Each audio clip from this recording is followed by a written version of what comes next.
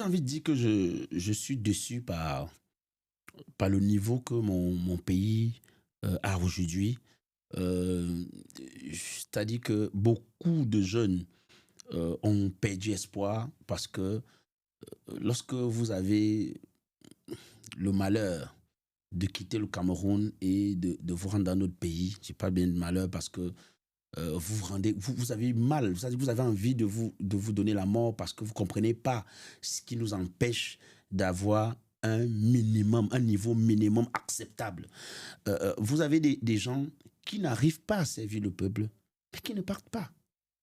Qui ne partent pas. C'est-à-dire que les gens vont me dire non, ça se joue dans les unes. Et moi, j'ai dit aux gens, donnez-nous un code électoral consensuel.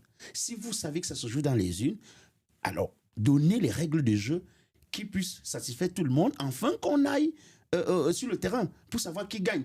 Bon, quand j'ai fini de dire ça, je dis que les règles du jeu ne sont pas établies. Ça veut dire que c'est vous qui décidez de qui gagne, qui perd. Mais si vous avez un peu de bon sens, le minimum serait que si vous n'arrivez pas à servir un pays, libérez. Laissez-nous construire le Cameroun. Parce qu'on peut. Et moi, je te dis, dès que cet stress il va passer, ce sera. Oh, mais il parle même de quoi? Qu'il fasse son humour. D'abord, il me fait même pas rire. Je vais t'expliquer. Et ça, c'est parce que si tu n'es pas un esprit fort au Cameroun, tu ne pourras rien faire. Qu'est-ce qu'on fait? Ils ont construit dans les esprits que quand tu es un humoriste, tu ne vas parler que des faits divers. Tu vas parler que des dessous de ceinture. En fait, ils ont mis dans chacun dans son cadre. Hein. Dans une case. Mais pour moi, j'appelle ça, ce sont des techniques de conservation de pouvoir. Parce que on sait que ma voix compte. On sait que j'ai des gens qui m'écoutent avec un certain respect et que plus je vais en parler, parce que je dis souvent aux gens, si les artistes ne disent rien, mais n'en demandez pas. Les politiciens, quand un politicien parle, on dit oh, mais il veut le poste de ministre, il veut le poste de député ou de maire. Mais moi, je veux qu'il poste rien. Du coup, ce que je dis est plus important. Donc, je devrais prendre la parole. J'ai dit aux artistes qui disent qu'ils sont apolitiques. Mais si vous êtes apolitique, pourquoi demandez-vous qu'on vous donne une politique? J'ai pas une politique culturelle, une politique. Bien sûr, bien sûr. Donc, pourquoi demandez-vous? Donc, nous, les artistes, on le dit parce qu'on le dit de manière neutre.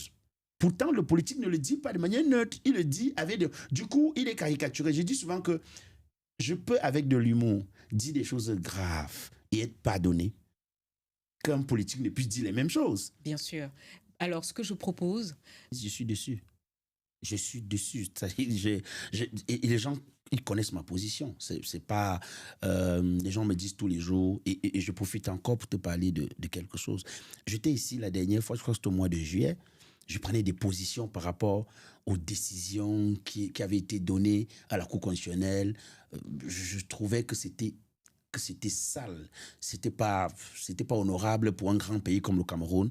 Vous savez, vous pouvez faire des choses, mais avoir la possibilité de masquer ça quand c'est violent, quand c'est un peu ce qu'on a fait avec le professeur Maurice Kamto. Donc, je prenais des positions et j'ai un tonton qui m'a dit au Cameroun, mon frangin, tu sais, je t'aime beaucoup, il faut arrêter, baisse un peu, pense à tes enfants. Bon, je ne lui en veux pas, hein, mais c'est comme ça qu'on nous a construit en fait. C'est qu'on nous a dit que non, tu peux perdre ta vie, pense à ta famille. On est tellement individualiste, mais on ne pense qu'à nous, au point où, en réalité, notre pays reste comme ça. Parce qu'on n'arrive pas à traverser, comment je vais dire ça, à traverser le pont.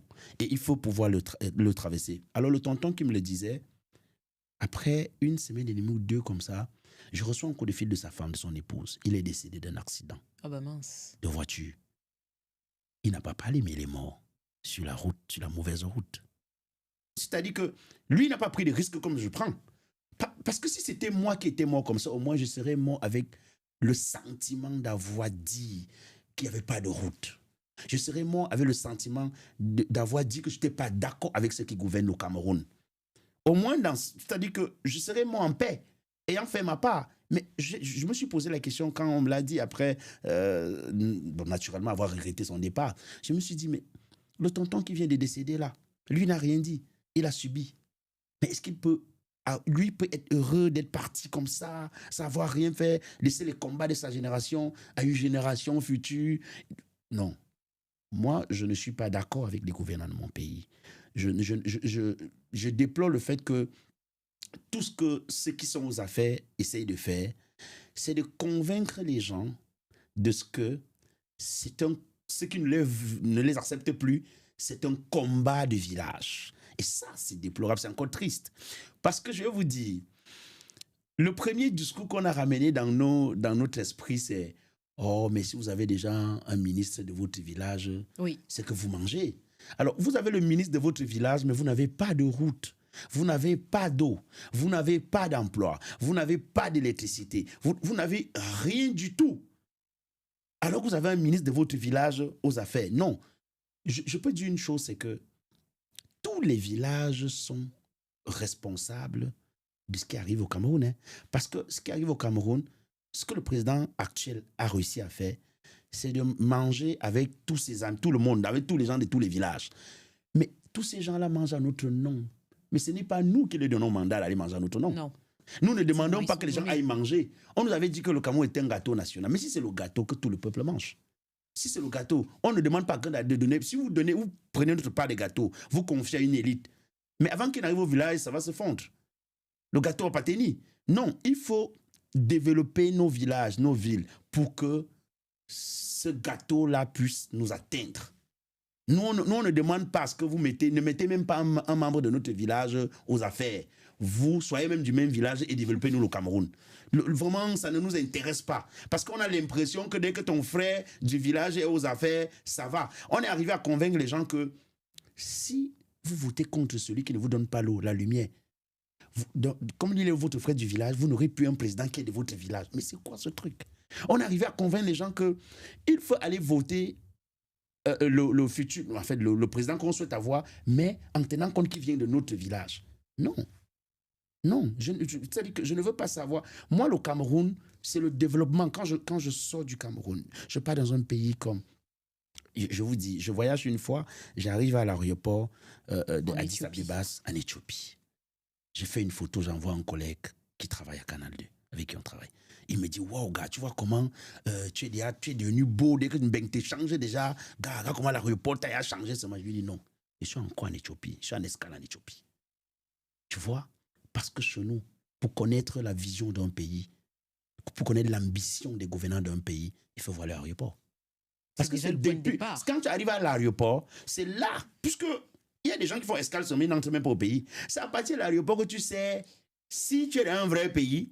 Mais je t'avoue que j'ai fait souvent une blague où j'ai dit que les Rwandais étaient venus jouer, c'était quel match. Après, j'ai entendu parler en anglais. Ils appellent dans le pays, ils disent que mais, le Cameroun est avancé. On dit comment il dit, mais l'avion garde dans une gare routière, vous imaginez que l'avion arrive à atterrir dans une gare routière, que ça, c'est extraordinaire. Le Cameroun a avancé. Quand vous arrivez à l'aéroport, il y a des jours, il pleut, on met les seaux. Notre aéroport. Dans notre aéroport, si ce n'est pas la sonde de pluie, vous ne pouvez même pas rester là-bas 2 minutes. Dès que tu atterris à l'aéroport, tu sais que tu es au Cameroun. C'est-à-dire que la chaleur qui te reçoit.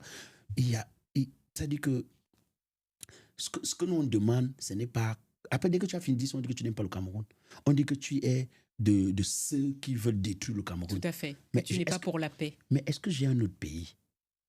Non, je n'ai pas un autre pays. Et je dis même aux gens, quand tu as fini d'avoir une autre nationalité, on dit que tu es d'origine camerounaise. Hein. C'est-à-dire que tu as même tu es même devenu allemand, mais on te dit que tu es d'origine. Qu'est-ce que ça veut dire? On parle de ton origine. Donc, vraiment, c'est une façon de te rappeler que ton vrai pays, c'est le Cameroun. Je ne suis pas d'origine, c'est que ton vrai pays, c'est le Cameroun. Donc, on n'aura jamais deux pays. Je ne pourrai jamais rien dire pour nuire à mon pays, parce que moi, je dis ça pour toucher l'orgueil des dirigeants. Tout ce que je déclare, c'est pour que les dirigeants se sentent mal, qu'ils aient envie. Mais tu sais ce qu'on fait quand tu as fini de déclarer ce que je déclare là? C'est que je mets seulement ma vie à danger. Alors que eux, je devais être le thermomètre de nos gouvernants. Je devais faire des dénonciations pour qu'ils se disent, mais s'ils parlent d'aéroport, ça veut dire qu'il va falloir... Parce qu'ils sont plusieurs qui en parlent, je ne suis pas le seul. Mais si j'en parle, c'est pour dire aux dirigeants, faites-nous quelque chose à notre image. Quelque chose à l'image de l'Afrique. Quelque chose à l'image du grand pays que nous sommes. À l'image des lions indomptables. Faites-nous quelque chose. Donc, je le dis dans ce sens. Mais eux, ils ne voient pas ça comme ça. Eux, ils considèrent que tu t'attaques à eux. C'est-à-dire qu'ils ne font pas des choses. Dès que tu dis que vous n'avez pas fait, au lieu de corriger ça, ils craquent les gens, ils les arrêtent la nuit. Les gens perdent leur vie dans des conditions inacceptables. Après, Au Cameroun, nous, on a une chanson qu'on chante. Tout dépend de toi, Seigneur, ou tout dépend de toi. C'est Dieu qui nous garde au Cameroun. Le grand gouvernant du Cameroun, c'est Dieu. Alors, Les plus riches, abonnés et autres, mais on n'a pas de salle de spectacle. Si tu ne ris pas de ça, tu vas te faire du mal. Donc, je ris pour ne pas pleurer. Mais surtout, je fais rire pour dire des choses graves et que l'on l'accepte sans me porter préjudice, sans être violent vis-à-vis de moi. C'est pourquoi je fais rire. C'est pourquoi je suis obligé de rire. En réalité, rien ne prédispose le fait que dans mon pays, là, on va me rire. Tu vois ce que je veux dire? Oui. Les gens me disent, mais ce n'est pas le pays le plus sombre. Non. Mais on a trop de possibilités pour avoir ce niveau-là. On a trop de possibilités. Notre pays, on a trop de choses. Et vous voyez, on est dans un fonctionnement maintenant où les gens disent, non, on ne développe pas le pays parce qu'on est en train de faire telle chose. Moi, je dis souvent aux gouvernants, si vous faites des choses pour des gens, sans expliquer aux gens ce que vous faites pour eux, vous faites contre eux. Je regarde un modèle de gouvernance que je vois en ce moment au Burkina Faso.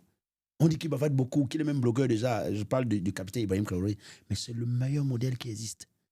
Pour que nous, on vous suive dans un combat, il faut nous expliquer le combat. Le gars vous dit, on ne veut plus de ces gens qui nous ont mis dans. Et il explique au peuple. Il dit, voilà comment il fonctionne. Voilà comment. Ça vous permet de vous approprier le combat. Ça permet de comprendre vos gouvernants et de les accompagner. donc il y a besoin de plus de communication.